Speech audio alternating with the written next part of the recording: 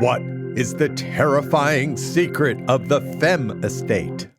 Who was that man locked in the attic? And who wants to go to the kitchen with Morgan? These and other questions will be answered in this week's It's Frenzy Frights. Welcome to Frenzy Frights, a horror movie review show. My name is Gerry. And I'm Chris. And we are your hosts. On Frenzy Frights, we are going to talk about horror movies, monster movies, creature features, and spook shows of all sorts. Chris, what movie are we talking about today? Thanks, Prof. We're going to look at The Old Dark House. This was from 1932. It was directed by James Whale. They might be familiar to some horror fans. Yeah. Written by Ben W. Levy and R.C. Sheriff, who was uncredited. This was based on Benighted, a 1927 novel by J.B. Priestley.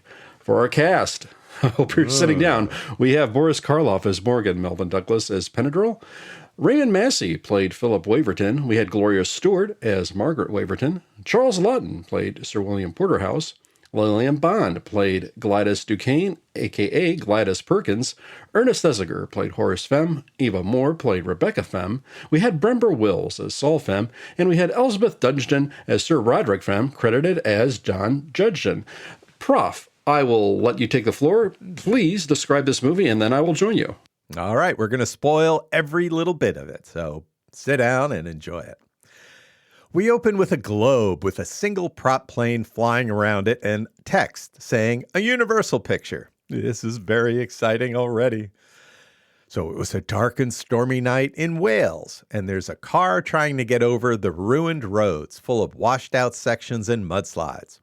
Inside the car are the couple Philip, played by Raymond Massey, and Margaret, who's played by Gloria Stuart, and I'm going to call her Marge.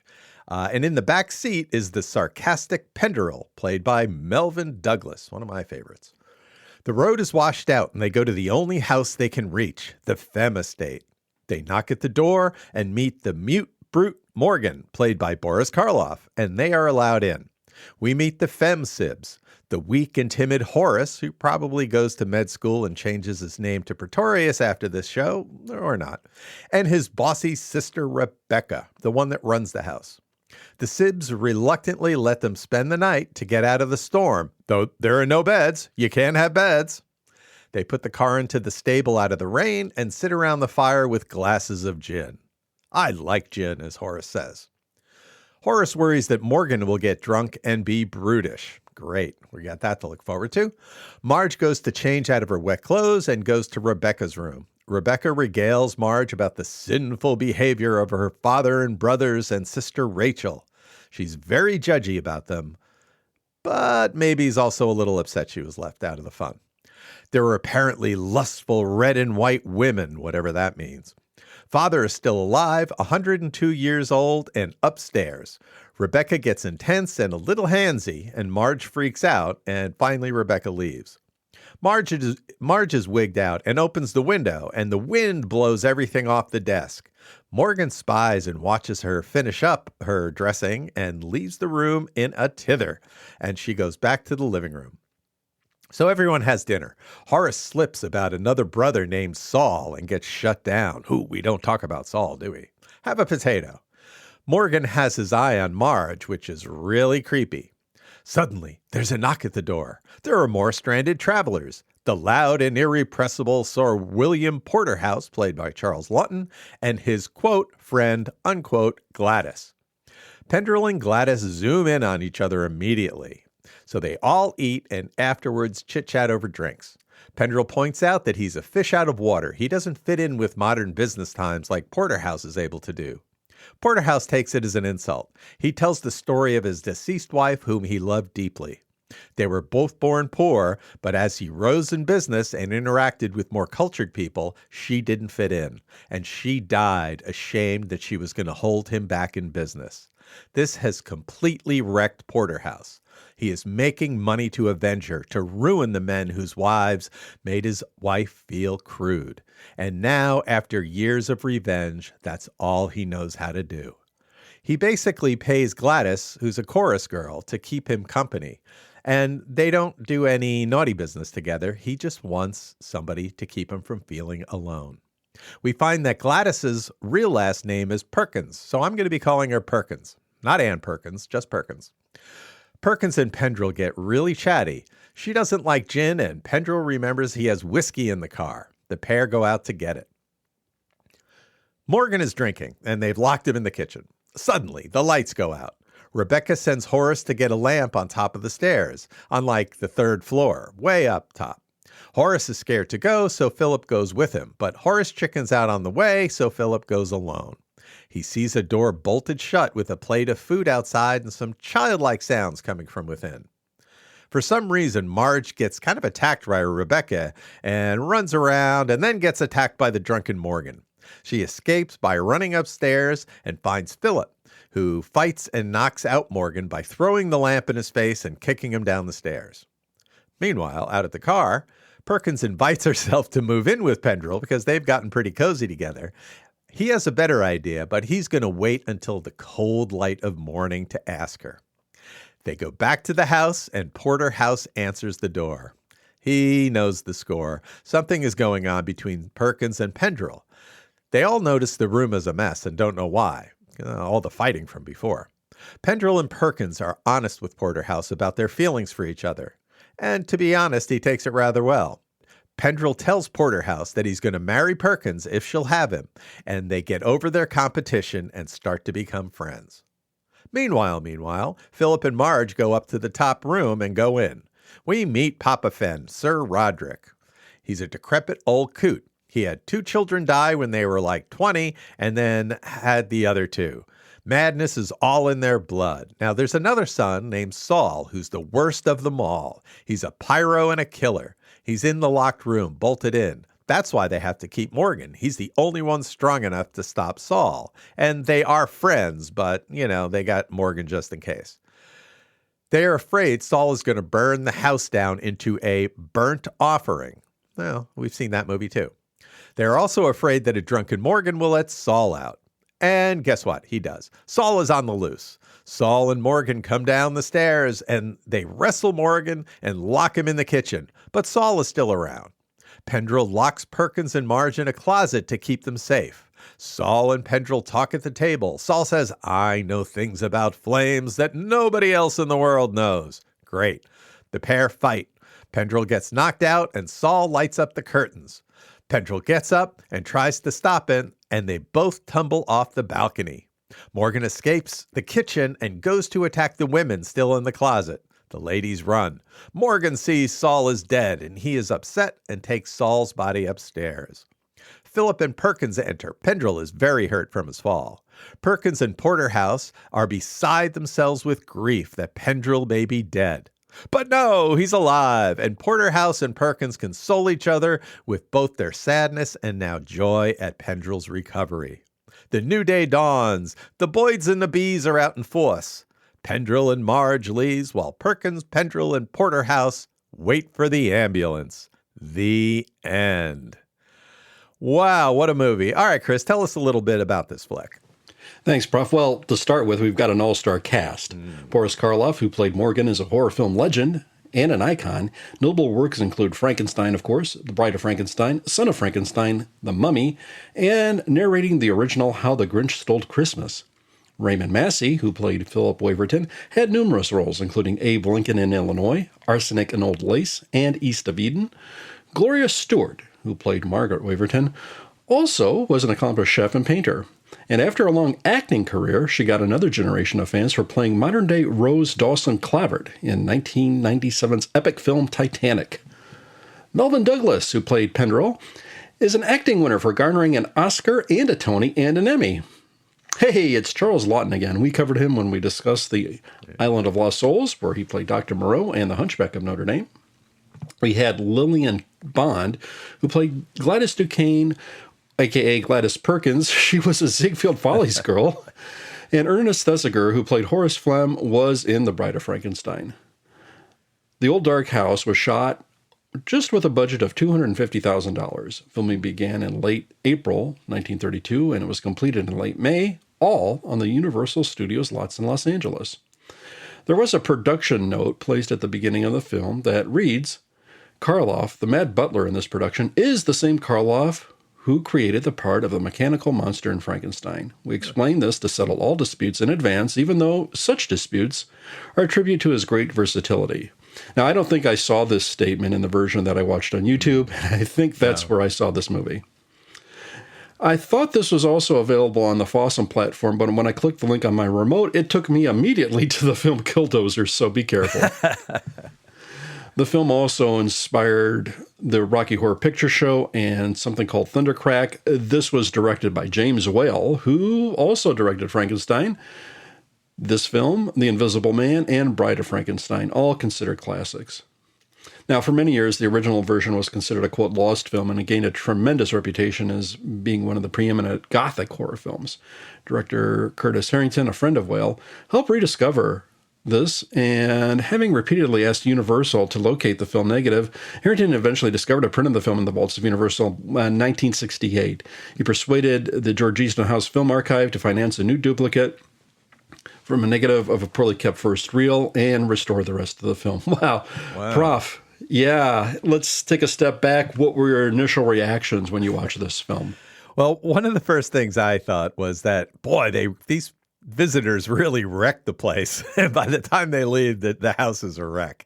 And that maybe that this place should go on to be this old dark house with Bob Villa. All right, so for me, this is like two different movies for me. You had the Pendrell Perkins Porterhouse part. So you have basically, Porterhouse arrives with Perkins, and then Pendrell and Perkins get together in a love match, and then Porterhouse is seems to me their friend. I would give this part of the movie an A++. I absolutely loved the romance relationship and the friendship relationship between those three characters. That absolutely makes this movie for me. Now, the Philip and Marge stuff, I realized that probably at the time, Raymond Massey and Gloria Stuart were big, stars and everything. I just don't care about their part of this movie. They seem a little stiff. They're friends with Pendrell, but they're not really friendly with Pendrell. It seems like Margaret is a little annoyed by him. And Melvyn Douglas is one of my favorite old-time actors. So if she's angry at Melvyn Douglas, I don't appreciate that. So I would give that part of this movie like a B- or a C+ kind of thing. Now, one of the things that, this has got Boris Karloff in it, one of my, favorite actors, and it's a James Whale movie. So they had just done Frankenstein together. We're lining up to do Bride of Frankenstein. And we also have, luckily, Theisinger here as Horace Femme. And he's going to be able to, they're going to be able to do that in Bride. But here, one of the things when some of my favorite actors, a guy like Boris Karloff or Bela Lugosi or whatever, are in a movie, one thing I often ask myself is that actor really making an impact on this movie? Would this still be the same movie if a different actor played Morgan? And I think in this case, yeah, I don't think that Karloff is given very much to do. I think you have to remember the time. It was 1932. He had just been a mute monster, famous now, but as a mute monster in Frankenstein. And even here, he's got a lot of makeup pancaked on his face. Kind of, it doesn't look great, but he really doesn't have a lot to do here. I think the horror part of this movie is a little creaky. The mood works, the characters in the house work, but there's a lot of moving around of Morgan, locking him in the kitchen, letting him out, locking him in again, having the old man. They meet the old man, but nothing really happens with the old man. And they do Saul, but then Saul just kind of is introduced very late in the movie. And, a lot of that horror stuff, the traditional horror stuff, doesn't really pay off for me. While the romance and that kind of throuple of the three Ps, that does work for me really well. So, Chris, what are some of your initial reactions of The Old Dark House? Thanks, Prof. I was immediately immersed in the movie, and I think some of the things that were my initial reactions I'm going to have to separate and fall when our next conversation topic is going to be favorite moments. So I had to kind of distance myself a little bit there. When I saw this, and this was a first time watch for me, and I've heard of this film, and I was so blown away that it was available on the YouTube platform. And I urge others to seek it out, but more on that later. We got this car that Philip and Margaret are in, and we think they're the only two people in this car until Pedro pops up in the back. Yeah. But they're traversing during a massive rainstorm, and they don't even appear to be on a road, if you will. It's a path, maybe. I don't know, but supposedly it's a road. And there are so many instances, and we're only like 5 minutes into the film, where I think they're going to get stuck in the mud. There is no way this car that they're driving is going to traverse any further. They're barely eluding some rock slides. And I just am dumbfounded how in the world they did not get stuck.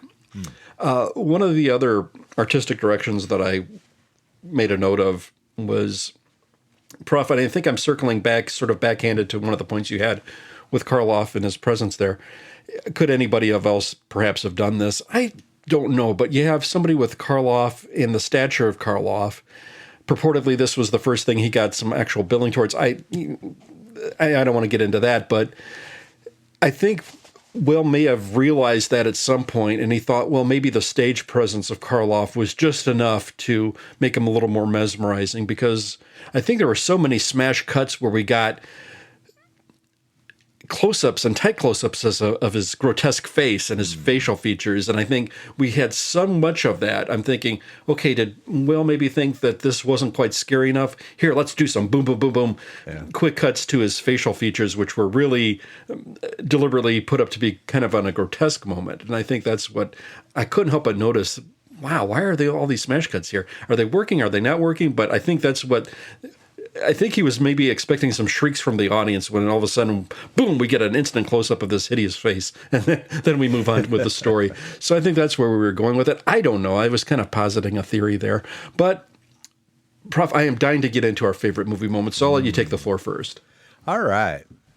So there's this one scene where Morgan attacks Marge, and also Rebecca kind of assaults her in some strange way, but we only see it through shadow play on the wall. So there's the shadows, and first Marge is making, hand shadow creatures and stuff, and then Rebecca comes and she does something kind of obnoxious, and then Morgan comes. I mean, it was just really good. Another thing I really like about this movie is all the sound effects. You can really hear that storm outside, and it is kind of an ever-present, looming terror kind of thing. There's a shot where you see when Saul first comes, you see a shot with Saul's hand coming down on the banister, coming down the stairs. Very creepy. And then Morgan comes out behind him. And there's one scene, I love all of the Pendrell, Perkins, and Porterhouse scenes. I could edit this movie, all the other scenes out, and be happy watching that. There's one particular scene when Pendrell is injured and laying in Perkins' lap. It's like the Pieta, right? With Perkins kind of holding Pendrell, hurt in her arms on the floor. The difference is Porterhouse, Charles Laughton, is sitting guard next to them, protecting the scene inside with an umbrella. It is so fun and is so kind of representational, I think, of their emerging relationship of these three who are going to be close. In my headcanon, these three are going to be close friends for the rest of their lives. It absolutely makes the movie for me. Perkins and Pendrell meet, fall in love, and get engaged all within a few hours. And, it's a 1932 movie. That's fine.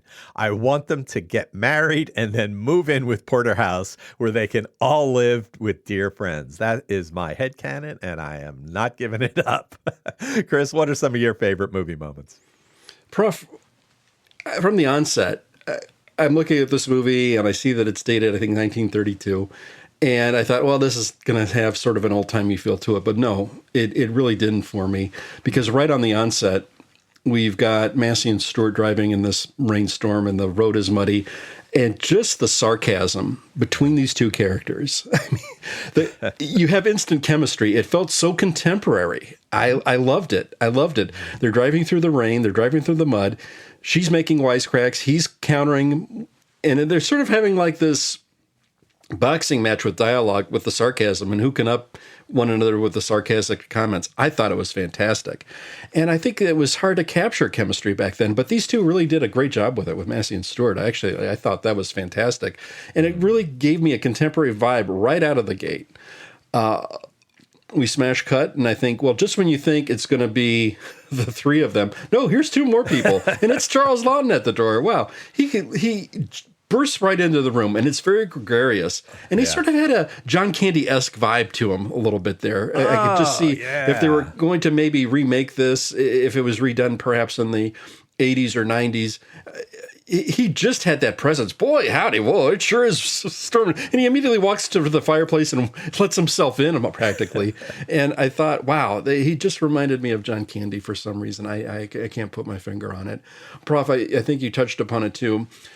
I think we really get to see a little bit more of Gloria Stuart's character when she notices, hey, look at the shadow here. Now I'm going to do some fantastic shadow puppetry on the wall. And I thought that, wow, look at her doing that. It was just so, it seemed so organic in a way. And it sort of kind of let me into her character a little bit of just saying, oh, look, I can do this, I can do that. And all within being in this setting, she's doing this. And I couldn't help but feel a little bit of the deja vu, having seen Rocky Horror a few times and seeing sitcoms and reading comic books where, well, the old car breaks down. Well, let's go to this place and see if we can check up here for the night. And this is like the genesis. This is kind of where it started. So I couldn't help but feel some deja vu. I think I kind of liked all the characters evenly on a playing field. And I don't know if I would tier them like you did. I kind of see where you're coming from there, but I just really was immersed with the whole thing. And I just loved this film. So, Prof, I think this is going to lead us into our discussion items. And I think you had a few topics on tap here. Yeah, we do. So this is made in 1932 after Frankenstein and after Dracula. I guess the same year as The Mummy, actually, now that I think about it. So all of those movies I just mentioned, particularly Dracula, The Mummy, and they were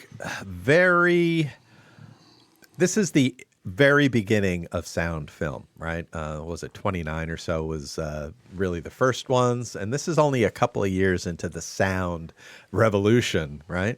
So do you see, when you think about the movies of this era, the very early 30s, do you think that this was a little clunky sound-wise, or do you think that they have started to figure out how to make sound movies? Prof, I really didn't notice that per se, and I think it's a good, fair point that you brought up. But I think the way Whale shot this for me was just to let the actors do some work and just showing up some things. Because when he shows us some close-ups of the characters' facial features, he lets that shine a little bit there. So I think it was cleverly used with how the sound was used versus the sound itself. So if that makes any sense. I think he was very, very careful to put things on at the same time and have the sound underneath it. So, yeah, I think that's where I was going with it. But I posit it to you. What did you think? Were you impressed with the sound? Do you think it was something of a hindrance, or do you think it was effectively used or not effectively used? Yeah, I think that especially the storm sounds really worked here. And I don't really remember that kind of location-y kind of sounds on Dracula or The Mummy so much. But here in this movie, it was, I think, worked to really good effect that really helped the creepy and eerie vibe of this place. What did you think about Ernest Thesiger here as compared to another James Whale movie he and Karloff would be in just in a little bit in The Bride of Frankenstein? Prof, I thought the look was almost the same, and I almost think he could have walked off the set from one to the other. I really didn't see any of the differential line myself, but maybe it's because I've seen bride a few times that I thought that. But did you kind of notice anything? Because the look is almost the same kind of mesmerizing thing. Like, oh boy, there's a creepy character. And how about you? Yeah, I think I think the look was the same, but I think the characters were very different in that Horace Femme is very timid and kind of frightened of everything, where Dr. Pretorius is he's a savage and a predator and just not afraid of anything. One of my favorite lines in any movie is when in Bride of Frankenstein, when Dr. Pretorius has kind of made friends with the monster and is basically threatening Dr. Frankenstein, saying, boy, if you don't build a bride for me, the monster I'm going to get the monster to do some real big killing. And Frankenstein looks at him and is like, you have done this after, the monster did something bad. And the great line, Theisinger just looks at him and says, yes. No explanation, no monologue, no trying to deflect. Oh, I'm not really a bad guy. Yes, I love it. And the way Theisinger delivered that was so joyful. I really think Theisinger is a great actor, and I'm really glad to see him here. So do you think after, coming up on 100 years, Chris, does this movie hold up? Does it feel dated? Do you think it's more important as a historical feature, that spawned a lot of other movies, or is it great in itself? Prof, yeah, great questions. Does it hold up for me? Yes, absolutely. Did it feel dated? No. But yeah, I can also still say, yeah, it's more important historically and artistically. What an all-star cast. And this is like a James Whale film. I think I have to elevate this. Now, perhaps then you can compare the Whale films amongst themselves, but this is really, really good. I thought it was a magnificent cast. One of the things I forgot to mention about one of the things I loved about this movie, though, was sort of the sauciness with the ladies, because they're having something of a matter-of-factness to them that just really emotes itself off the screen. And I really, really was taken aback by that. And I thought it was a joy just to watch them act, if you will. And I just could sit back and take in their performances, because the ladies in this cast were fantastic. And I just thought it was so nice and refreshing to see just the camaraderie between them. And I don't know if the cast necessarily got along well. I read something trivia-wise where, the British group wanted to have tea at a certain time. They wouldn't necessarily invite the Americans because it was their own thing, and maybe the Americans wouldn't understand. But I thought Gloria Stuart really captivated the screen. I thought Lillian Bond was fantastic. There was just this bounciness between both of these ladies. Totally opposite, unique characters, but then they were put in a perilous scene together in the closet, and so they got a little bit there. I don't necessarily want to say that it was like, quote unquote, damsels in distress. You didn't see anybody doing their requisite feint in other Universal movies. So it was nice to see these ladies being sustainable throughout this whole thing. And how cool was that for a change? Yeah. Absolutely. I think it holds up just right out of the biplane. Maybe the car doesn't hold up. Let's put it that way. It's not a contemporary looking vehicle, but nonetheless, it still trudged through this mud all right. It's a creepy old house, fine. But just the way it was written, I think there was just this flavor and authenticity to the couple's byplay and their snarkiness back and forth that really holds up. And I think it did quite well. Surprisingly, the running time on this wasn't very long. So I think this was a fantastic film. Pop, I got to put it to you. Since you asked me, what are your thoughts and impressions? Do you think this holds up? Is there anything that really took you out of this? Was there anything that you saw, this looks dated, so that's taking me out of this? And I think I know what you're going to answer with respect to the importance from a historical point of view. But nonetheless, I do want to hear what you have to think about that. Yeah, well, I guess the one thing I want to say, I haven't mentioned Lillian Bond very much as Gladys Perkins, but she was fantastic. I thought she was really engaging, and just every scene she was in just ate up everything. In terms of does this movie hold up? I think if you compare it to The Mummy, which was the same year, I think this movie is technically a little bit better. There isn't that kind of real empty soundscape that The Mummy had. I think it is very important historically because, so many movies, Rocky Horror, we've been talking about all these haunted house movies recently. And this is kind of like the big papa of all of the haunted house movies. This is one of the first really big ones. So historically, this is a critical film. Artistically, I think it's shows its age somewhat. I think the staging, there's one kind of main room, and then, it looks a little bit like a play, like they filmed a play. But other than that, I think that this especially with the soundscape and with the cinematography, I thought was really a little bit more modern than previously. Like the shadow play on the wall, that was very creative, very interesting to see. So I think that while this movie is dated a little bit, I think it is much better than the 1932 movies, technically, than I've seen before. My real question, though, is the old dark house a horror movie? There's no supernatural stuff. We do get madness, but like compared to the other haunted house movies we've been talking about, with Bly Manor, the Belasco House, or the Aladdin Estate, this doesn't seem to be a haunted house. Is this a horror movie or is it an action movie? I find it as a horror movie, and I think, and necessarily you don't necessarily think of the house itself, but I think you've got horror people, if not necessarily a horror house, if you will. That's how I would lean it that way, because I don't think Whale's going to waste Karloff with that, and he's trying to give him some.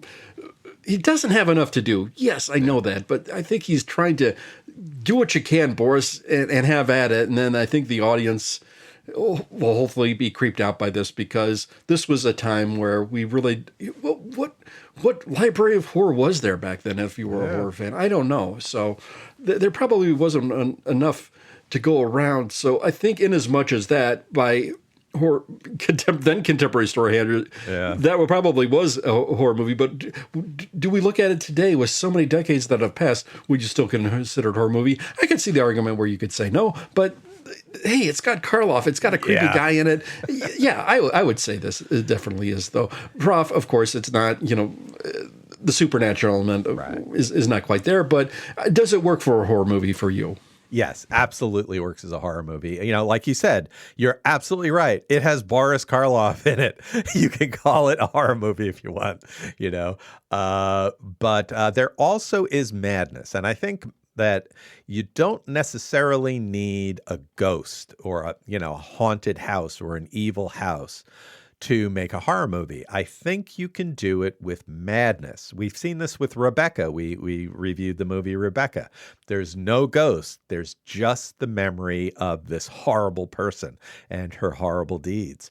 And that exists, that everybody has to deal with, and is a ghost in its own right. I think the stuff that went on in this house, the children that have died, the all of this other stuff, Saul's evil, Saul's madness, Morgan's madness. The idea is that Morgan is probably the illegitimate son of either Saul or the guy in the old man, the 102-year-old man in the bed.